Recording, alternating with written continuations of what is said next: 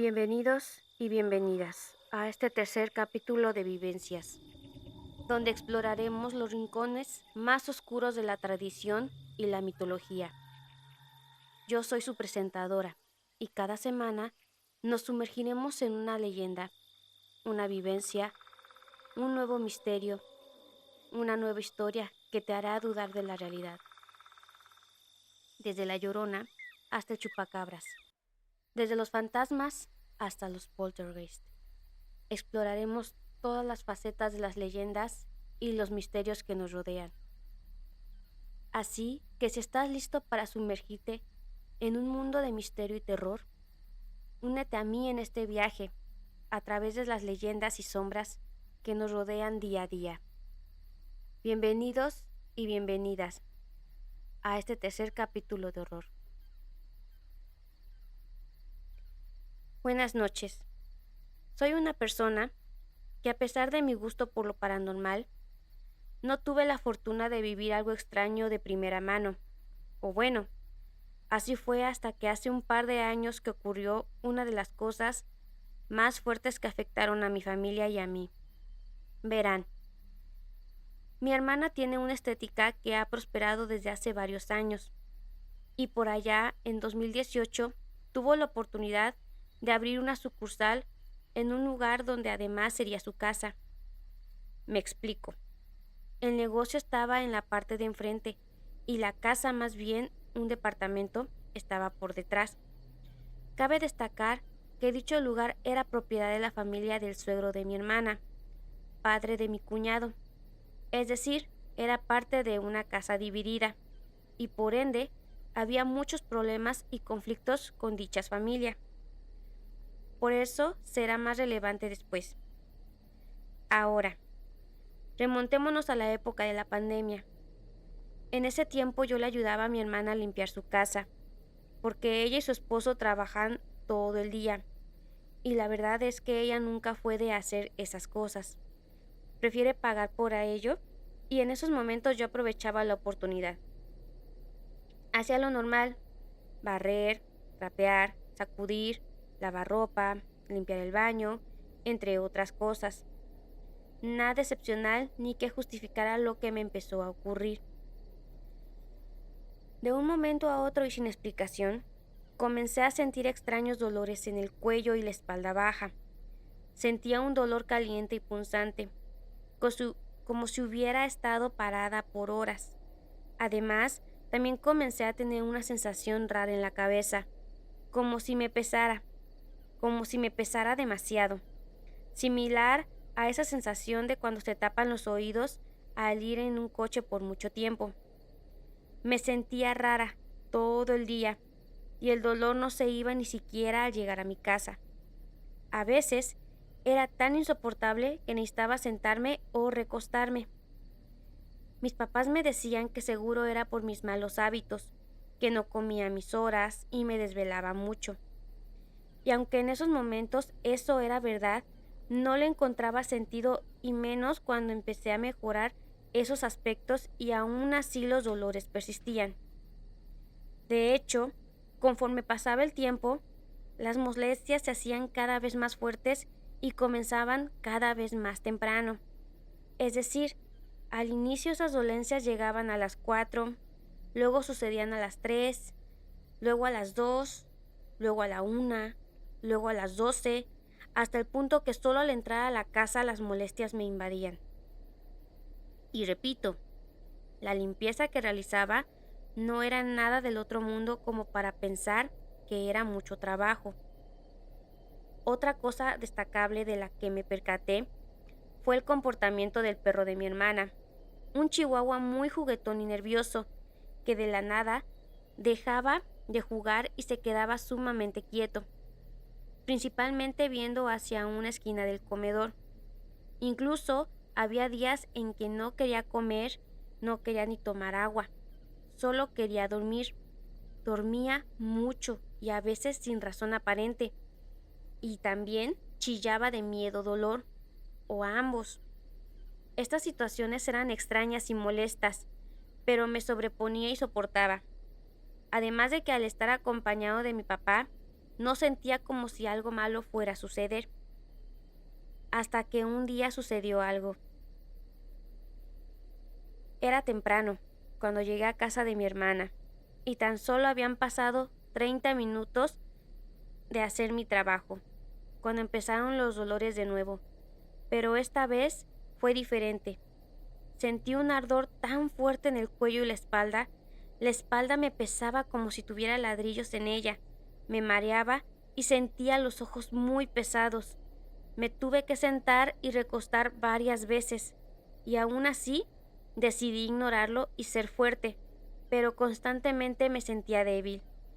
No podía soportarlo, hasta que ya harta dije en voz alta: ya, con una fregada, sea lo que seas, ya vete, ya déjame en paz, no me vas a molestar más, lárgate. Y bueno, quise ser muy valiente, pero resultó peor. A los 10 minutos de eso, el dolor se intensificó, la visión se me empezó a nublar. Empecé a ver oscuro y mi cabeza se sentía como una verdadera piedra. En desesperación, salí rápidamente de la casa, pasé por la estética, me senté en una banca que había afuera y todos me vieron raro. Pero no me importó. Sentía que me asfixiaba y necesitaba respirar. Necesitaba huir de ahí. Durante 5 minutos estuve afuera y la espantosa sensación se fue. Yo me confié y dije: creo que puedo volver a trabajar. Pero fue un grave error. No pasó ni un minuto de volver a entrar a la casa cuando esa sensación regresó. Sentía todo el cuerpo pesado nuevamente.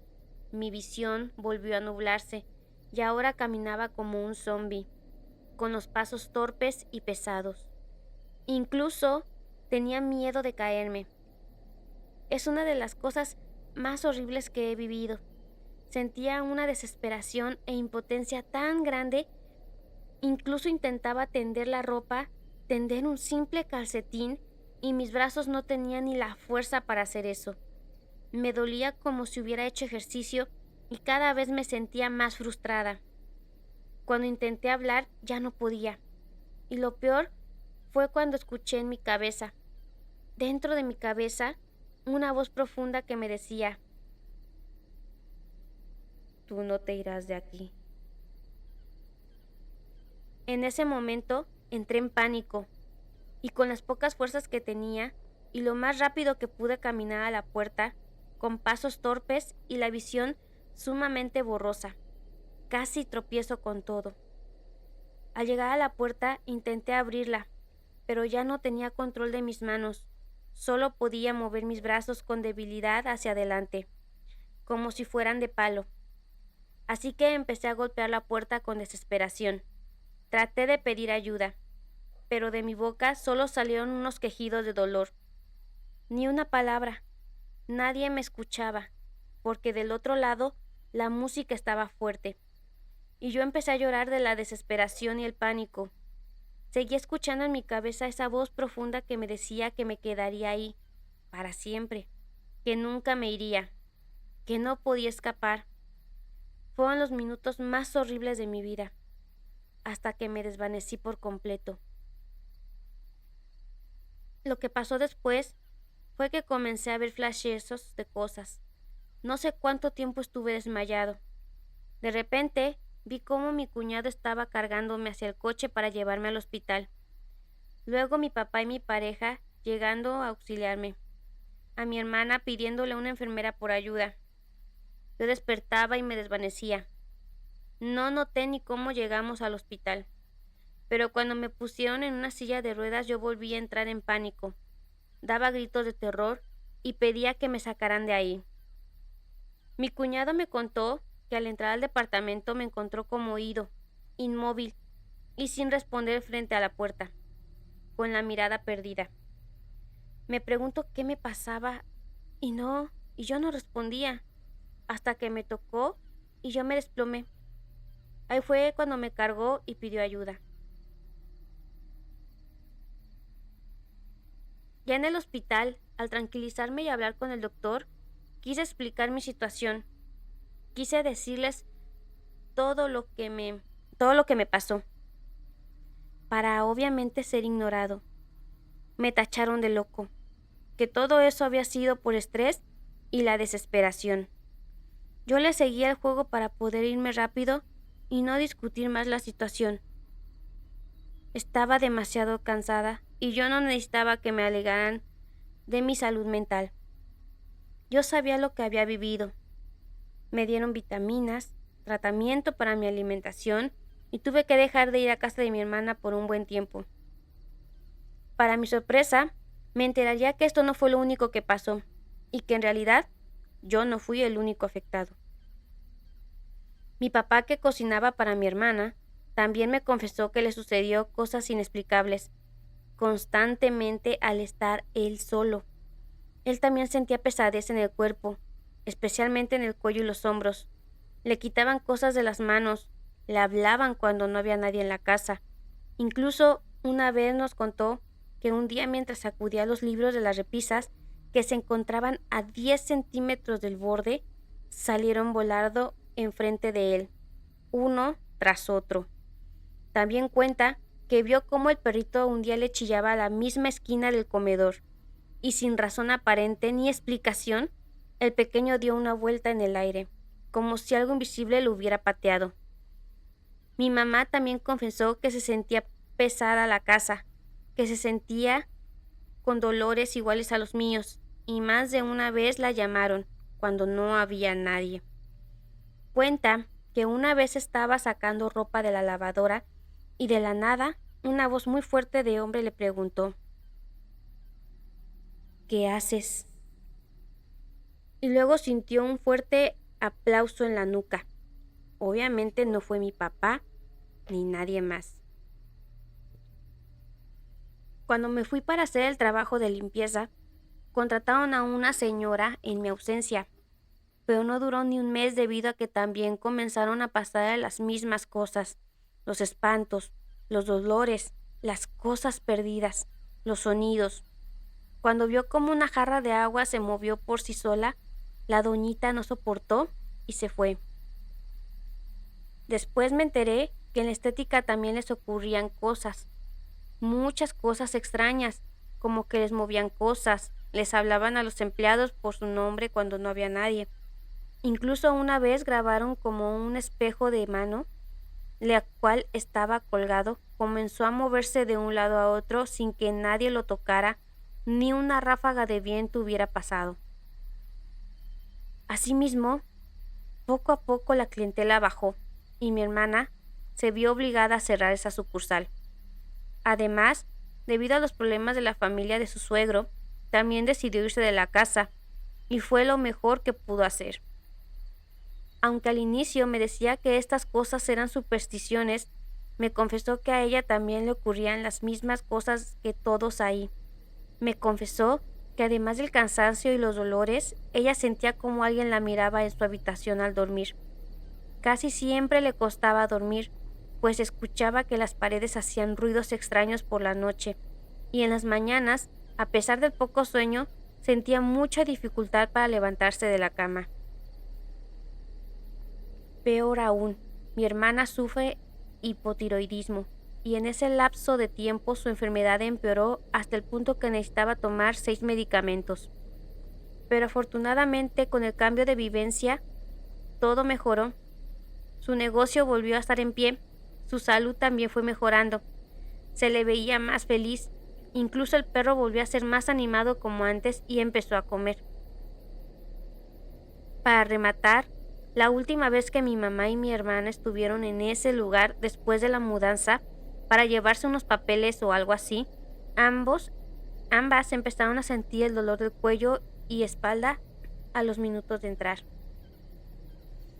Ahora, yo tengo una amiga que conoce acerca de la brujería, y cuando le comenté esta situación, ella me dijo que esas sensaciones y dolores son cuando alguien le tira un muerto a otra persona o porque entierra un lugar. Me describió exactamente todo lo que sentí. Me dijo: sentías como si alguien te oprimiera el cuello y los hombros hacia abajo, y sentías muy caliente, ¿verdad? sentías la cabeza pesada y la espalda dolorida, como si hubieras estado parado mucho tiempo, ¿verdad? Cuando me dijo esto me quedé frío, pues fue muy precisa y me explicó cómo era ese proceso, el cómo seguramente había un muerto llevado por alguien para maldecir a todo aquel que estuviera en la propiedad y drenarle su energía, que lo que sucedió con el perro era porque estaba tratando de proteger lo más que podía a su ama y por eso dormía tanto. Y todo porque en un lugar de la propiedad debía haber enterrado algo. Y efectivamente, así fue. Tiempo después mi hermana me contó que en el patio de atrás, que no era parte de su casa, sino de la propiedad de la familia del señor, habían encontrado enterrados un muñeco con la foto de alguien y varios costales que no quisieron abrir. Tenía un olor putrefacto y varios alfileres encajados en ellos. Trabajos de brujería, ni más ni menos. La principal teoría es que la familia de mi cuñado fue quien orquestó esto. Y aunque suena a una acusación fuerte, esto se debe a que, como dije, había muchos conflictos por la propiedad. La familia del suegro nunca quisieron darle a esa parte de la casa, y no les pareció nada bien que mi hermana tuviera su negocio ahí. Pero no solo eso, sino que durante este proceso, el único no afectado fue mi cuñado. Él no se percataba de nada, ni le ocurriría nada, nada raro. Podía dormir y descansar, a diferencia de mi hermana.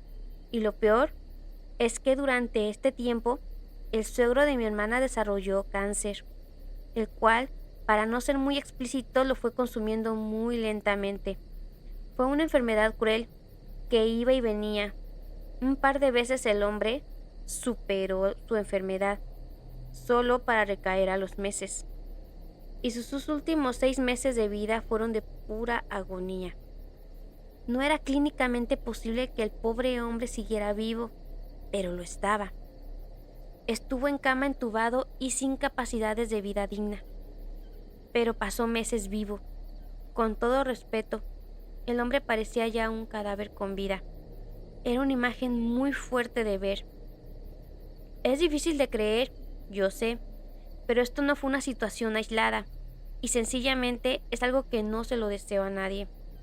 Siempre he creído que aquellos que hacen el mal y recurren a fuerzas de este tipo por un beneficio, por una propiedad, dinero o una persona, que con sus uñas se lo coman. Se me hace de lo más bajo llegar a estos extremos sin tener remordimientos.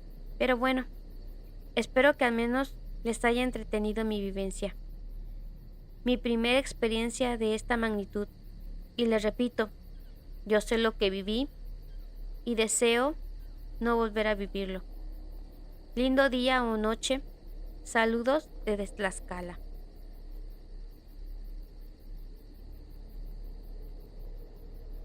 Dios nunca permitiría que una criatura tan repugnante entrara a su casa, denunció el sacerdote mientras el demonio se acercaba. Entonces deberías entender por qué me envió, contestó la criatura desplegando sus garras. Les recordamos que nos sigas en nuestras páginas, compartas y un like a este video nos ayudas que este proyecto crezca junto con ustedes. Todos los links en el primer comentario. Sin más por decir, continuamos. ¿Se han preguntado qué pasa cuando un exorcismo no funciona? Hace muchos años, quizás 20 o un poco más, mi madre contrató a una joven para ayudarle con los quehaceres domésticos. Llamémosle Sandra. No trabajó con nosotros mucho tiempo, ya que decidió volver a estudiar. Su mamá era enfermera y ella tomó la decisión de seguir su ejemplo.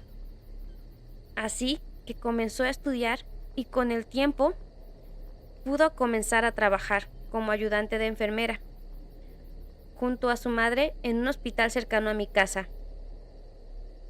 Llegamos a verla allí en el lugar un par de veces y luego ya no supimos nada de ella. Imaginamos que se había casado o cambiado de empleo.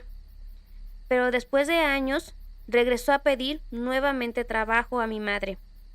Entonces nos platicó que había renunciado a la enfermería y el motivo nos dejó heladas. En el hospital donde trabajó también había una iglesia, donde el sacerdote encargado le ofreció ir a trabajar a su casa para ayudar en los cuidados de su hermana, quien estaba postrada en cama. La paga sería mucho mejor que en el hospital, así que aceptó sin dudarlo. El sacerdote estaba a cargo de 2 iglesias del pueblo y vivía en una de ellas, en la más grande. Sandra estaría a cargo de las medicinas y cuidados de salud de la hermana del padre, junto con otra señora, que era su dama de compañía. La enfermera, quien era ya de la tercera edad, no se movía, no hablaba y había que alimentarla en la boca. Pero en ocasiones tenía crisis en las que gritaba y se retorcía. Cuando esto ocurría, la dama de compañía hacía salir a Sandra de la habitación y llamaba al sacerdote, quien dejaba que lo estuviera haciendo para ir en su ayuda. Esto le parecía extraño a la joven enfermera, quien deseaba ayudar, hasta que, después de mucho insistir, logró que el acompañante de la anciana le mostrara por qué no podía ni debía hacerlo. Después de una de estas crisis, la hizo entrar a la habitación, levantó la bata de la anciana y le mostró un rasguño en su abdomen. «Ayúdenme». Podía leerse claramente, como si hubiera sido marcado de adentro hacia afuera.